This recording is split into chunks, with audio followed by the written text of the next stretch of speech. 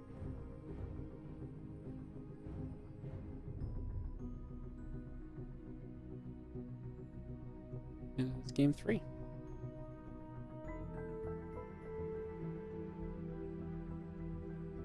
Do, do, do, do, do, bum, bum.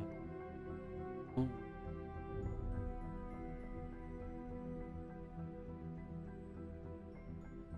Do, do, do, do.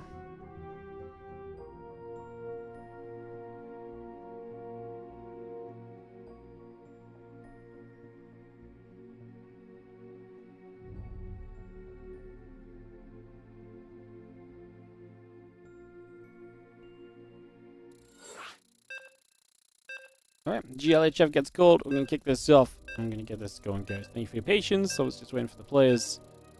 That's ready to go, go, go. Full speed ahead.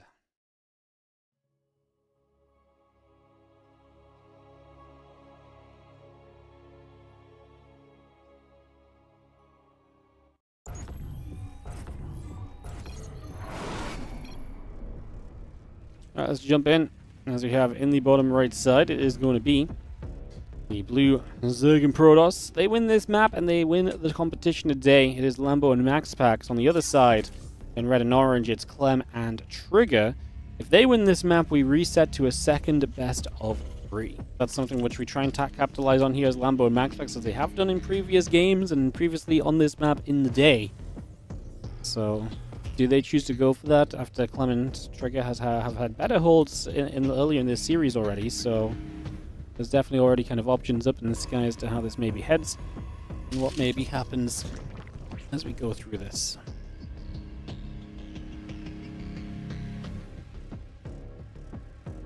Probably stepping around, just going to see a couple of drones, the hatch coming about, barracks and the gas coming up, 8 and the assemblers building in as well. Get that on the go initially.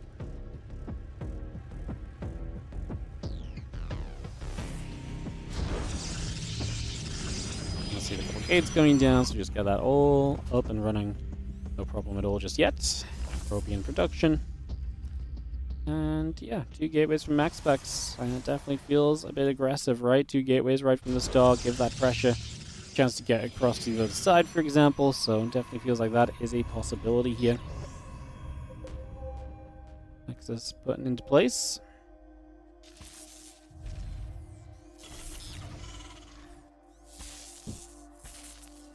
Bit of a ping around. CC gonna get spotted. Trying to see a little bit of what's going on.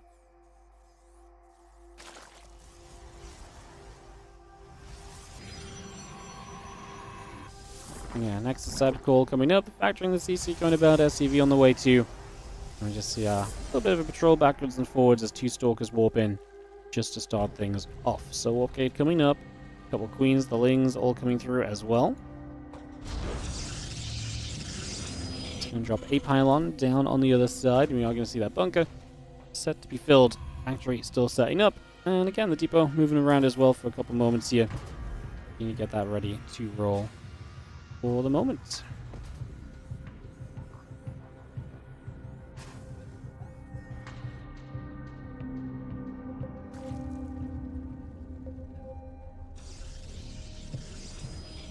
Bunker will finish. Ling speed, couple of drones continue to come by. I'm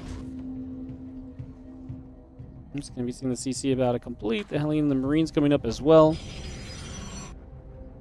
Again, the Stalkers will step through. And just going to put themselves some damage onto some rocks for a couple seconds. So, get some work done.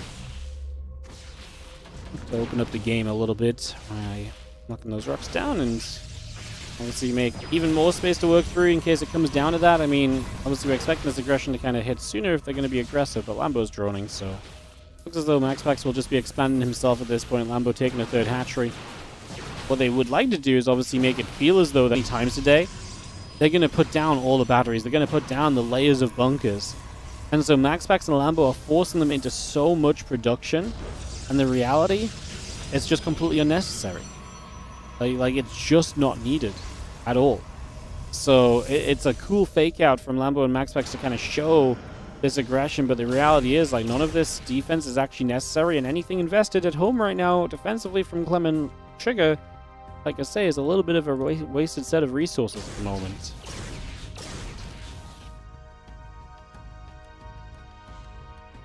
It's not an ideal scenario there. I was just going to see the Evo chamber, the lair coming up, the few drones coming through as well. Continue to get that on the go. The hallucination still moving by for a couple seconds as well. Just going to be seeing the stalkers in the center gathering up.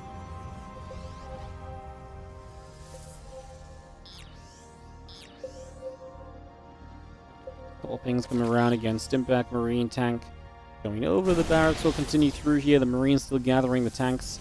Move to the low ground just for a couple of seconds here. And I mean, at this point, Clem could salvage the bunkers and get some resources back. Doesn't feel like he maybe needs to. MaxPax on his way to that blink, significantly faster than the blink of Trigger, but will he be able to kind of really find an opportunity to make use of it? Is maybe the better question. We'll give him map control for a while, where Trigger cannot take it in return. I mean, that's nice. Clem is obviously building up to those bio upgrades that are going to be very powerful. And as you see, Hallucination getting a good scout for MaxPax. Trigger's also been hallucinating scouting, so both players are keeping on bringing the info for their team at the moment. Salvage a bunker. Marine tank stepping through. Stalker sentry. Go to the middle of the map as well. I'll just see those few stalkers still gathering up here. Now as we move around and see what we can do. Stalker's going to fight. Some shots coming about. Just going to be seeing the units going back the other way.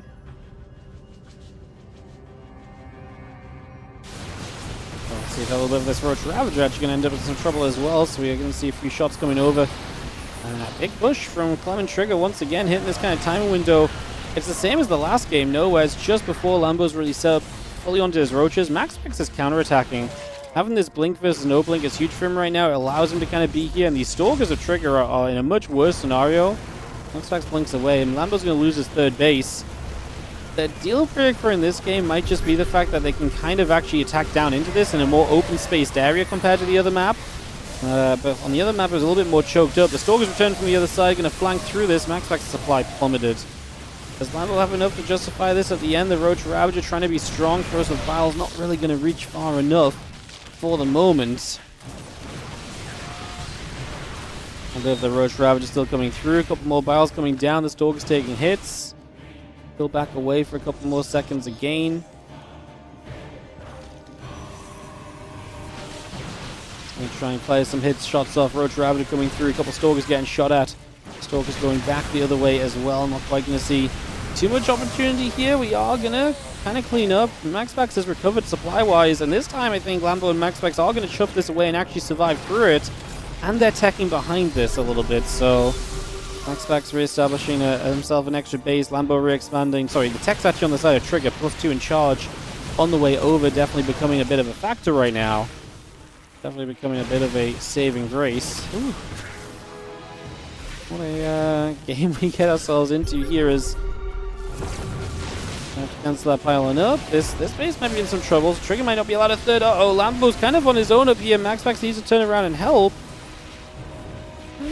He wanted to get the base so desperately, but now he's going to expose this entire army because the reinforcements have not really shown up. He has some roaches. Ravager Bowels will help the zone, and we actually will be able to move away from this. That's actually not terrible in the end. Although we blink forward aggressively, it's because the Roach Ravager is not going to be a convincing way to kind of step through and onto this. Extra Stalker reinforcements are good from Trigger and Clem as well, as we see those couple of Roaches chasing for that siege tank, and that tank does not go down. It's behind the production tab on your screen, but it does survive. Low HP, that's massive. Trigger and MaxPax similar supplies. Lambo up about 25, but it's just Roach Ravager. And again, I do feel like the tech is going the way of Clem and Trigger over time here, especially as +2 in charge continue to come into play already.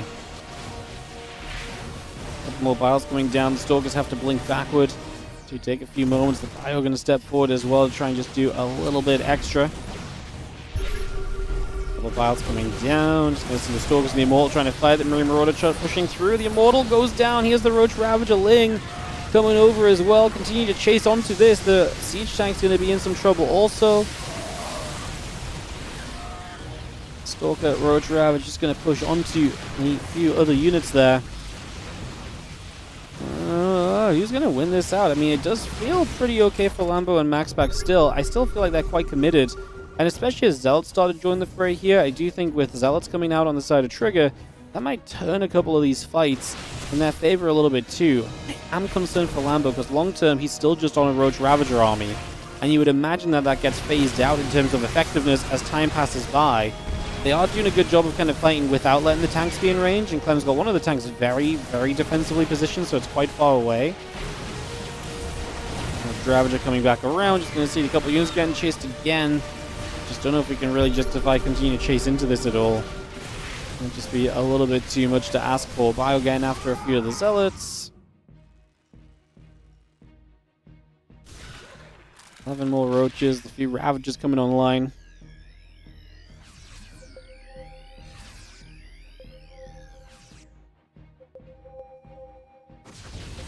Unit's going to drop by a couple of shots. We are going to be seeing this position gets scary because now you're getting forced to kind of push through a choke point, and as the units of Clem, the tanks of Clem I should say, really kind of get closer, you're forced more and more to have to fight into them because you are going to be dealing with, you know, the fact that your hatcheries and your bases are going to get attacked.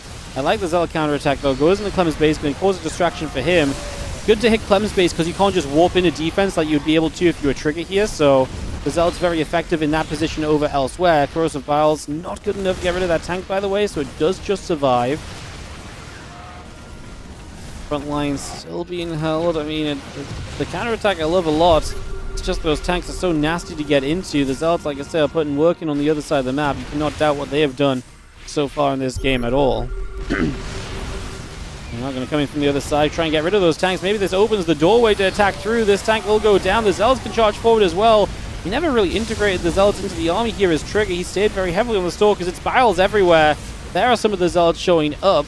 They're going to be a big deal. They really were necessary, I feel like, to kind of get involved and come and join in the party a little bit. A little bit more Roach Ravage still pushing through. Stalker Zealot going to be there as well, trying to attack on forward.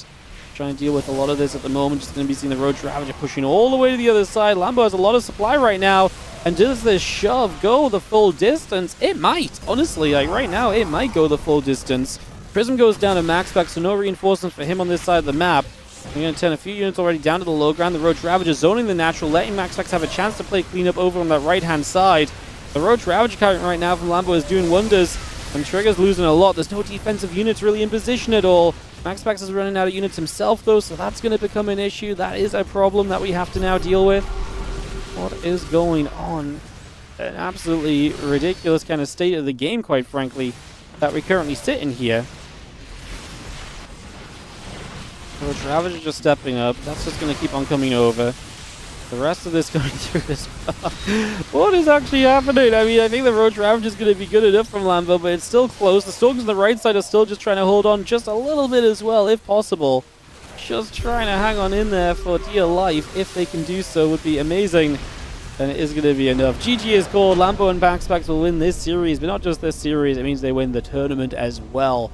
Most notably, that is going to be obviously very important, and that is going to get it done for Lambo and MaxPax winning the second event in the UTHERMAL 2v2 circuit.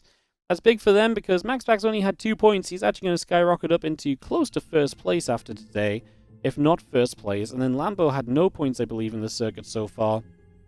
So he will get right nicely, as obviously there's a few more events, a bunch more events still, really, to go. But yeah, there's a bunch more events still to go in the 2v2 circuit, but it does mean that those standings take a good turn for the players who obviously went out today. So congrats to those guys. Congrats to those guys. I'm trying to think if there's anything else I want to say, do or add on the 2v2 side of things. I don't think so. Mana and GG Machine are still playing a semi-final of the WardiTV event. Do we want to stick around and cast that, or am I just done for the day? Because we're 6 hours deep, and I feel like switching events right now is too much of a brain, too much of a brain thing. Oh, apparently it's going to be Byun Mana in the final.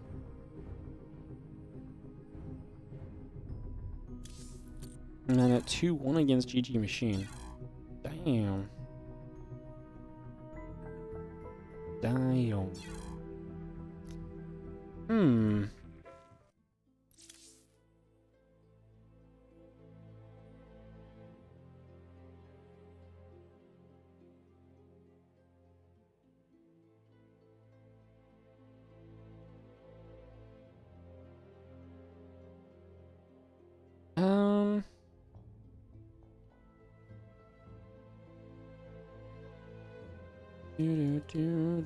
Do.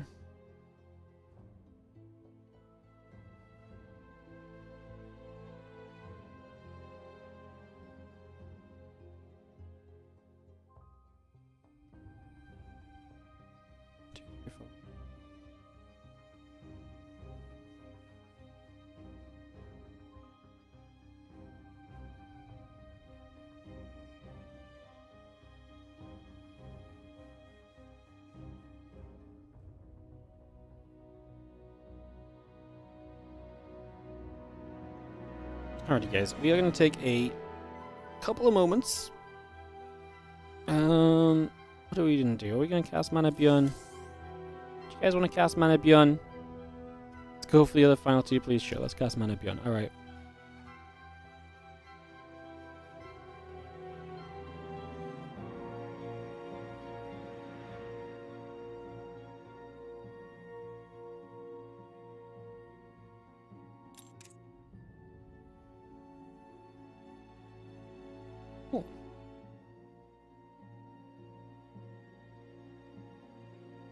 Cool. Cool. Alright, we'll cast Beyond Mana, guys. It's going to be a best of 3 TVP to wrap us up. In fact, IBRB one. I'll check with the wifey.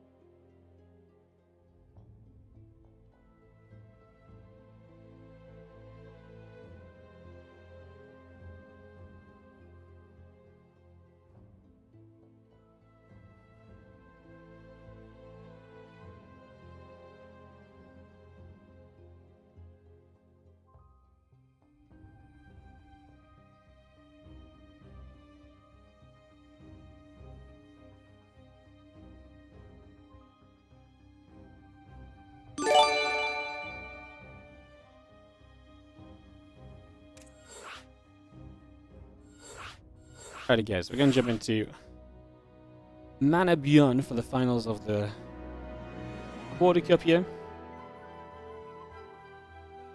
So this has been going on. It's just been some point qualifier stuff for the Monday Championship. We'll talk more about this tomorrow when the Monday Cup comes on. We'll just cast this best of 3 final. Because, why not? Basically.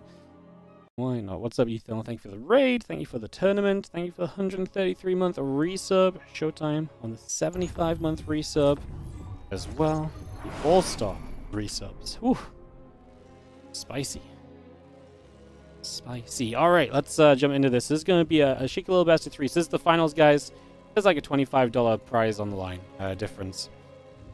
And, yeah, basically, the main point of this qualifier was it was a bit of a boosted points qualifier, so players were able to earn more points than usual toward the WardiTV 2026 point system.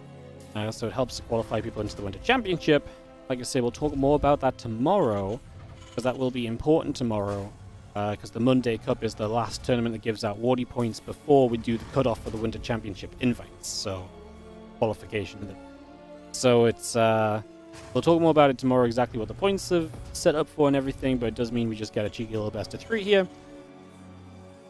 And, yeah, we get this underway. We get this started off. Byun versus Mana. Get this going. Whew, it's been a day of 2v2. I'm just going to have a chill little 1v1 cast, guys. Chill little 1v1 cast. How we all doing? How we all feeling in the chat? Hopefully everyone's doing well. Good to see you all. Thanks for joining us. Thanks for being here.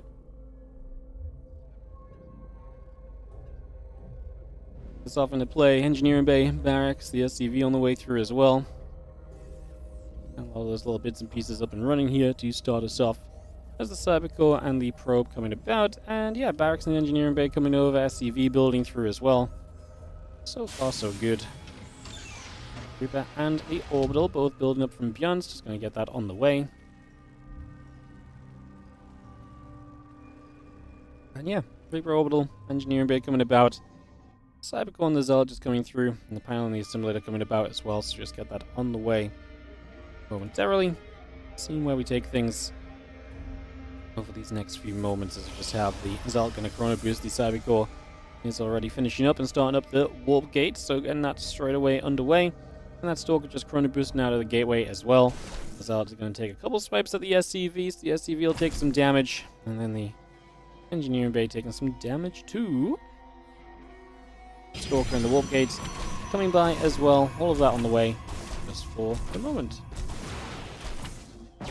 Let's see, go onto that Engineering Bay. Just going to nip through that straight away. Push through this. Clean up a little bit. And we have the Reaper even jumping onto the Probe for a couple moments as well. So let's straight onto that.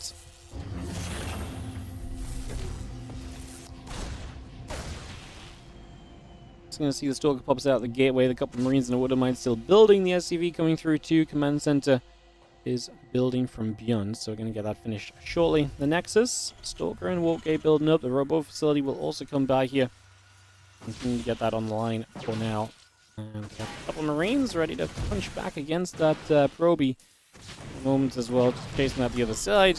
Reaper gets denied, and Mana is going to drop a Robo facility behind this. So he wants to get into the Robo, set up for that initially.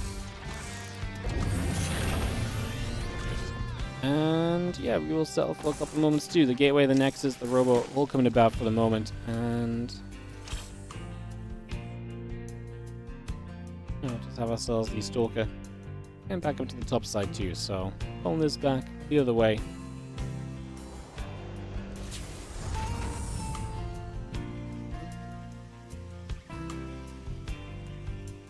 A couple of gates are reducing through. The Prism also on its way out, so that's the point of the Robo. I'm going to be able to get the Prism out and get some harassment going. You'll get observance, so and be very safe in terms of vision early on too. Obviously, Mana does hold Byun from going to the low ground at the moment with the Robo and reinforcements. That likely continues as well. It's something we can probably kind of maintain over the next few moments too. So that too should be kind of intriguing here. As the Orbital is going to lift off, just move down to the low ground for a couple moments. Just going to relocate.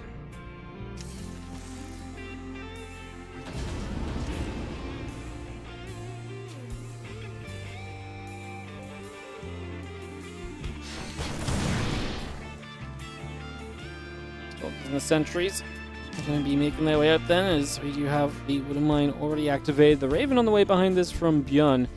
That's going to be very safe. It's obviously a good harassing unit, but also just very safe in this scenario. He actually loses the Woodermine, burrows it too far down the ramp, so high ground vision was not even needed. And these units just move up. The tank is a key factor here. There's a couple more Stalkers available. Tank's got to decide what it wants to do. Going to siege. SCV's on the low ground in trouble. We can force the SCVs out of the main. Mana also defends beautifully against the medevac that's across the map, so that part goes very well for Mana, just denying any attempted aggression on the other side and stopping this from going anywhere so far. The few Stalkers and the Sentry poking away onto the depot for a couple of moments. As the Marines come down this ramp, a couple of the probes continue to go down. And I'm just going to be seeing the Stalkers working through that depot as well. Stalker and the Zealot still coming around. The Marines and the Cyclone will make their way over. Stalkers get after the medevac. The Marines are going to get healed a little There's a lot of the probes coming through. Cyclone is in trouble as well. Orbital loads up. Just going to go down to the low ground. Just 1 moment or two here. Try and land, but I mean, there's still units here. And we've got a force field to hold this back, so I don't think we can really get down here easily as Byun. I mean, he can push the tanks forward, I guess. Like I say, a force field makes this a bit more awkward. A few Marines are now kind of trapped down there for a couple of seconds, which is not exactly ideal, not exactly what you want to be seeing. Alas, here we are. Still hitting onto an order command, so again, just getting a little bit more damage out, a little bit more being done. Still just powering through for those little extra bonuses, and the prison finally evacuating away. Byun finally owns his own natural, which was obviously not easily done. Took a little bit of effort, took a bit of getting there, but we got there. At the end of the day, we actually did make it by the end of it all. And just have the army gathering through. The Raven is just going to move over to the side, charging the thermal lance. Will be building on the side of Manus, so he gets himself into some further upgrades here as well. Get that on the go. Yeah, barracks in the engineering bay, command center as well. A couple of extra SCVs continue to produce on through. For the moment, all of that coming online.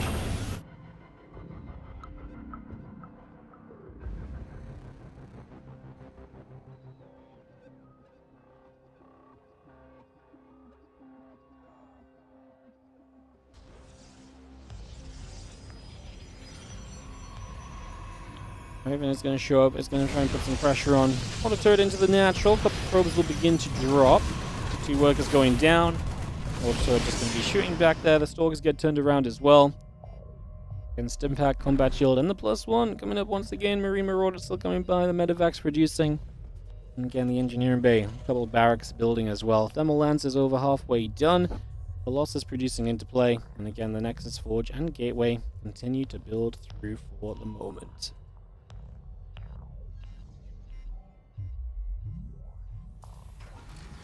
This army just sits here. Again, Prism overhead, keeping an eye on everything.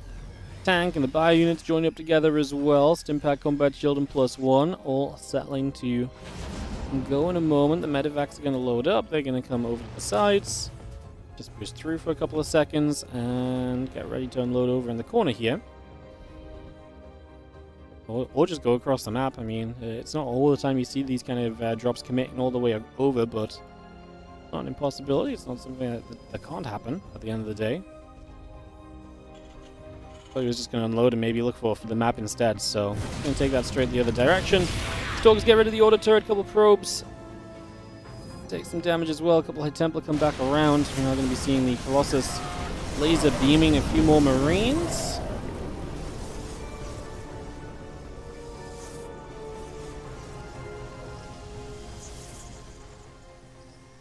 Medevac still gathering, and again, just going to be coming over for a second. Just going to sit tight there.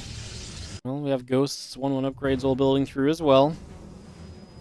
So Byun is really powering up. Does he have, I mean, he doesn't have a Viking count against 3 Colossus, though. Which you've got to be a bit concerned about, right? Like, Vikings feel like such a necessity against Colossus. So kind of while we don't have a, we only have a single one. And he's prioritizing getting to Ghosts rather than just getting to a second starboard, getting to the Viking count that we really need to see here, realistically. I think that's a little bit of a blunder from Byun, honestly, and I do not blame Mana at all for trying to push in this scenario, because he's going to be pushing into no Vikings, so in theory, these Colossus are going to be absolutely primed to deal so much damage. The tanks are going to be scary, of course. I think they're probably the bigger issue overall here. It's probably the scariest part of this right now.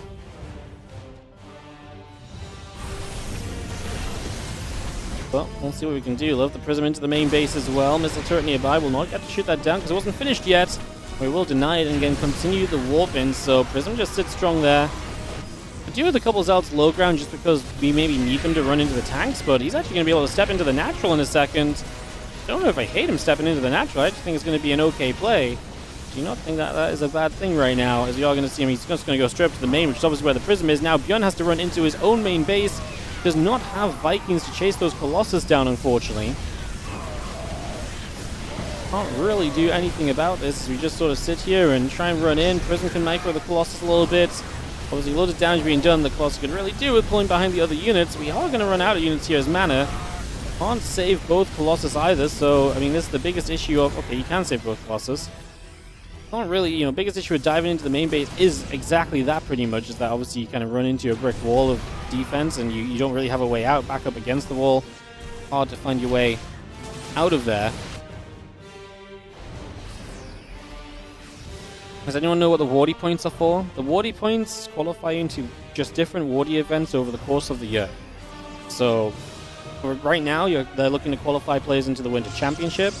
And then later in the year, they will qualify players into other events, such as Spring Championship, Korean Royale, European League, and at the end of the year, our 2026 Championship. So, yeah, sorry, a little bit of a delayed response on that, but yeah, that's what the points are for.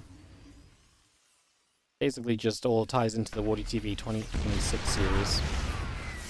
It's going to move up here. A couple of tanks going to get jumped on. Stalkers getting involved. Colossus have to fall back for a second. So we've seen this Colossus just trying to fight through again. Not going to be able to get too much done though, I don't think, as the Colossus do kind of just continue to go down initially, so... Colossus just taking some heavy shots. Just going to be seeing the SCVs moving back over as well.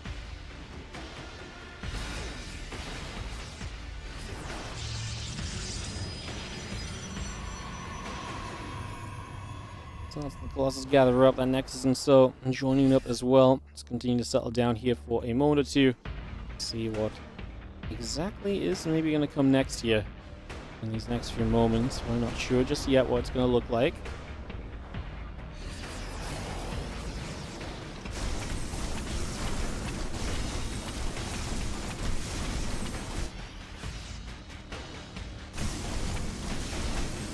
Knock those rocks down to open up this forward space. That fourth base area going to be obviously now a little bit more open. It just means you can't get siege from behind the back. It leaves that space a little bit easier to kind of handle. That's definitely a factor. As you just see the hallucination still flying through as well. Looking to see what else we can do.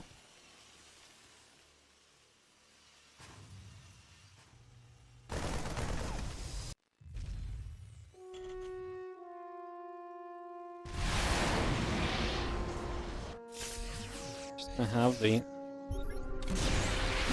armies coming through, a couple of Colossus shots firing back as well. It's going to see the Marine. It's going to shoot. That Nexus still taking damage.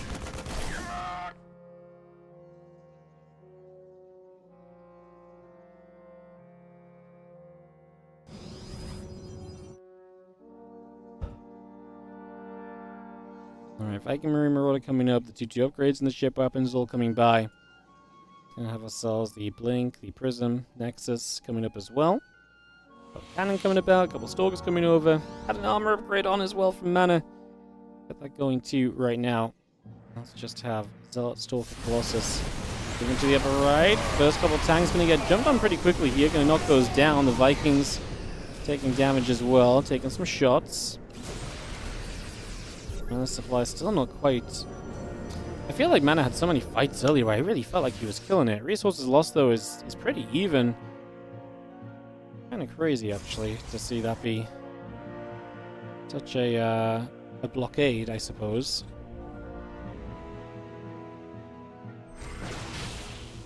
Stalker's getting after the factory. Just going to put some damage out. Got the Vikings coming down, going after those Colossus as well. Trying to move on over for a few moments. What else we can do. The Bio Viking going to try and step in. The Colossus is going to go down pretty quickly. Now EMP's come down too. This army of Colossus is about to melt, guys. Mana, that was not the fight. I really felt like Mana had so many good opportunities in this game. One's a little bit wild to me. I felt like Mana was in some very good spots for a lot of different moments in this, but it's just not enough in the end, and that's going to do it for game number 1. Of this BO3, Byun looking to win out the finals, get some Wardy points and some extra cash on the day. As we get to game 2, in just a second, I'm going to have to run ads though quickly. What does G mean? It means good, or it means game. You can take your pick. It means whichever one you want it to mean. Whichever one you want it to mean.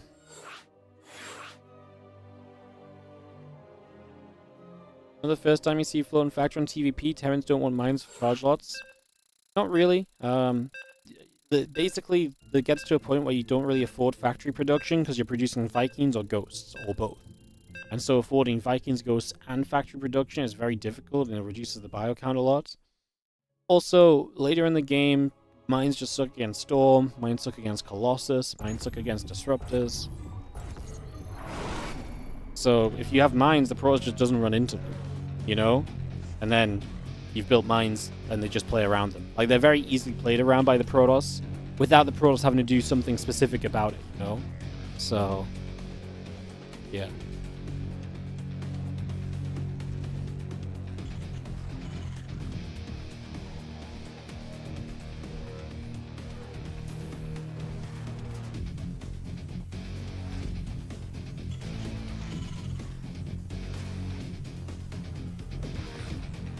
Byun in top left does take the first game. Mana will be in the bottom right-hand side.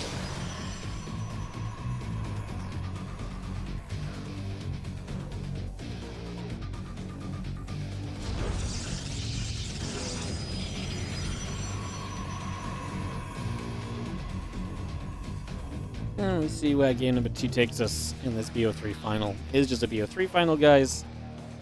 Good news for Mana is he's definitely earned enough points, most likely, to make it through to the Winter Champs.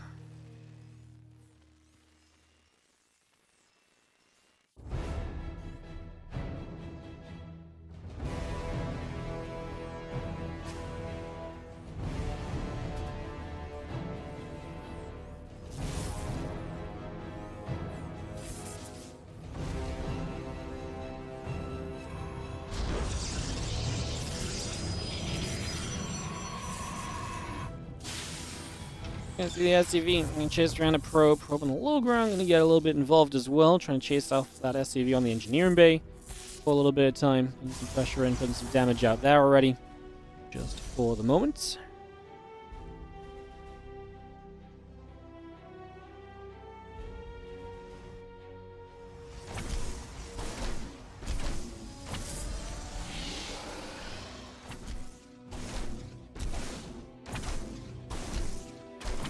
And see that Zealot gonna swing through a little bit there. It's just gonna get a bit more damage done. A little bit extra being on for the moment as we just have the Reaper coming back over. The Zealot still swinging at the engineering bay for a couple of seconds.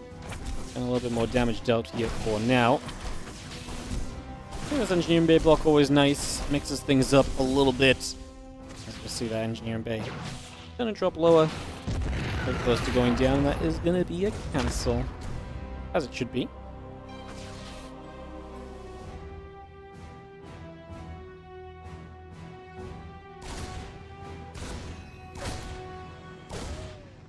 We're gonna fight Zealot, gonna take some damage. Let's see, a couple Stalkers gonna try and get after the Reaper for a second or two.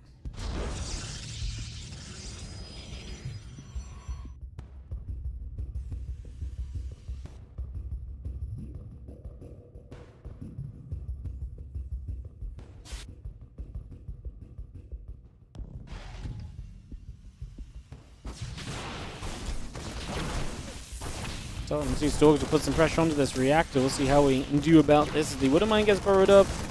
I wanted to give the probe for the mine shot, but didn't quite happen, so didn't go great just there.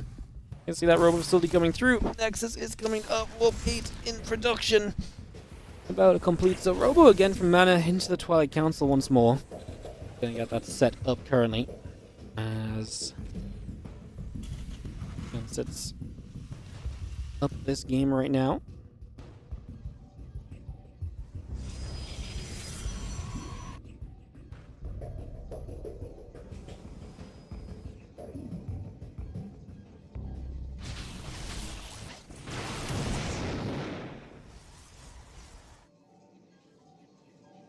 Punching attack still building. Just gonna see the Twilight Council about to finish. Gateway coming up. Prism on the way. Gonna have the charge still coming through as well for the moment.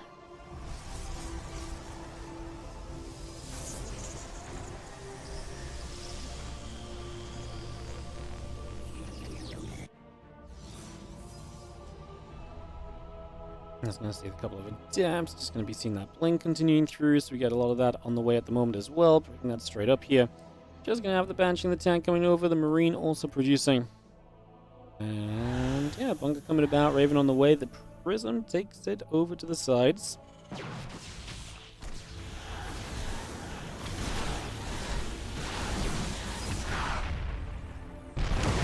seeing a couple of depths going to shade through there, and we are going to see the jump into the main base.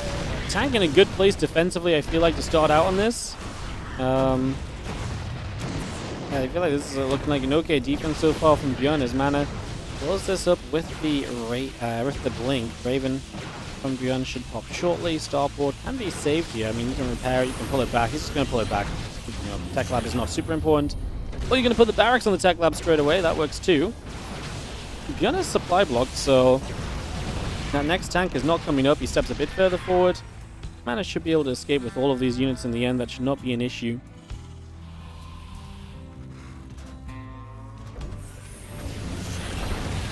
Sentry's going to shoot. The Sentry loads back up. A couple of Stalkers pulled back a little bit.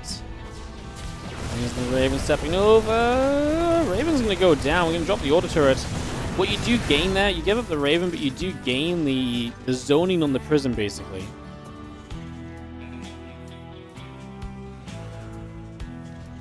So you zone the Prism, you stop those Stalkers from getting in it and being evacuated out because the Raven threatens the auto turret. So I think that was the idea. Let's just have a little bit more setting up to do.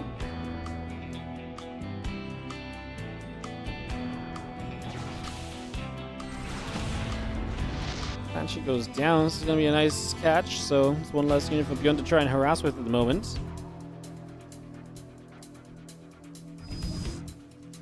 Again, Marine Marauder Medevac building. Stim and combat shield coming through. I'm just going to have ourselves a couple of Widow Mines coming up.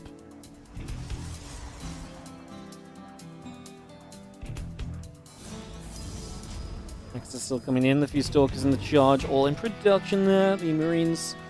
The Medevac going to load across the map. Observer's not going to be there in time to see it either, so it's going to be kind of okay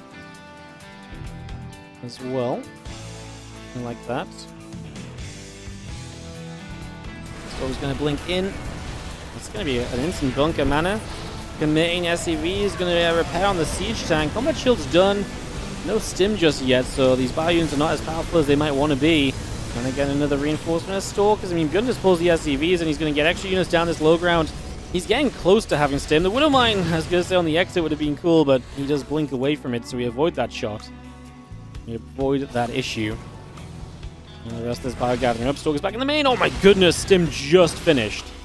That was a split second away from being a massive cancel. That would have been huge. Marines across the map are going to force the recall, actually, as Mana will lose a few probes here. We did not target fire the probes, so we actually put some damage on the Zealots warping in. We loaded a couple of Marines as we left. I don't know if he felt like the Medevac was about to get jumped on and killed, but a bit funky.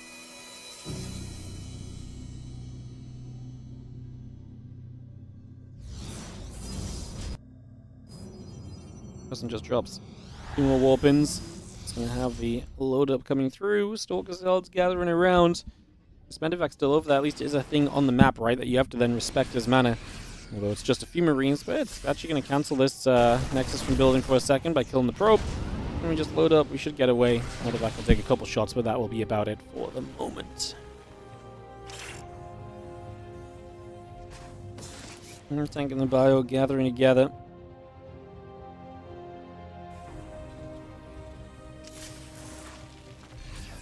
I'm just going to be there. Prism moved away.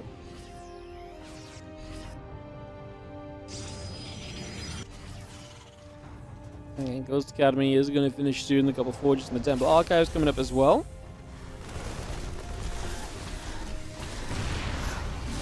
Coming down, a couple of Zealots getting jumped on. Prism loads up.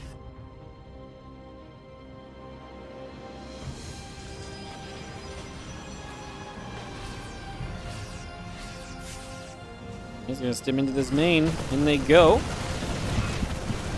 Again, a couple more probes going down, so making up some of the losses that Byun is having. He actually kills quite a few probes. See, obviously that's the end of that drop finally, but it really did find its value. That drop did a lot for Byun over the course of this game, for sure.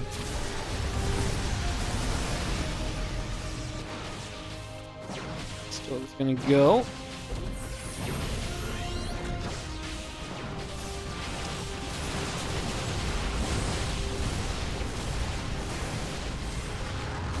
I'm just going to chase. Stalkers are going to get hunted. We are going to see the couple of ghosts going through. Armor upgrade and the concussor shells coming about. Double Forge starting from Mana, but he is going to be behind on upgrades for a little bit here. And Byun may find himself an opening as he starts the third CC on location, by the way, so has to set that up after losing the base. Not being on a third is rough, but maybe he can do something if he just gets across the map.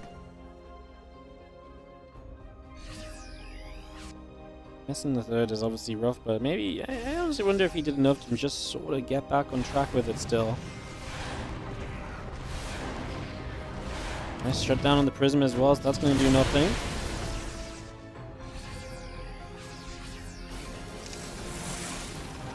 That's the vibe gathering, the Ghost going through. Going to be seeing a jump onto this Nexus. That's a cancel on that pylon, by the way. The Widow Mine's gathering up again.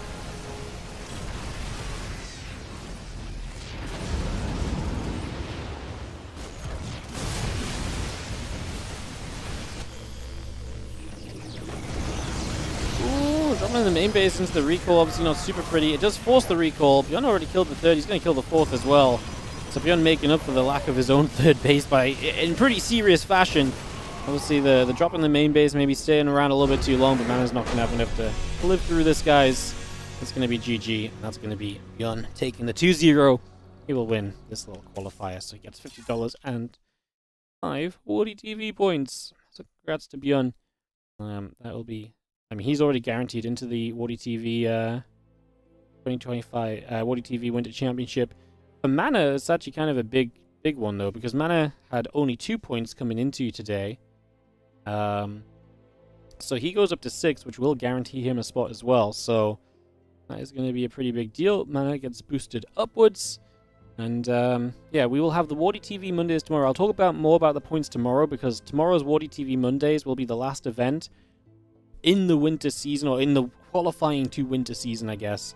So basically, it's the last event that we will then, after that, we will cut off the points and we'll see who is going to be ranked into the Winter Championship, and so on and so forth. So a bunch of players who've been performing in Monday Cups and so on.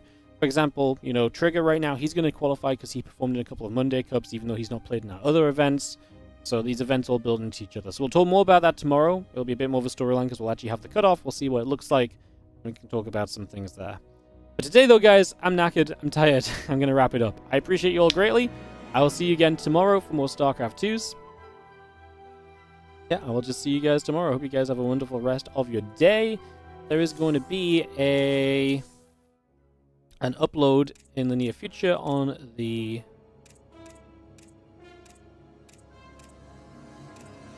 YouTube, which will be... I can't find this series. Oh, I know. There will be an upload on the YouTube soon, which will be a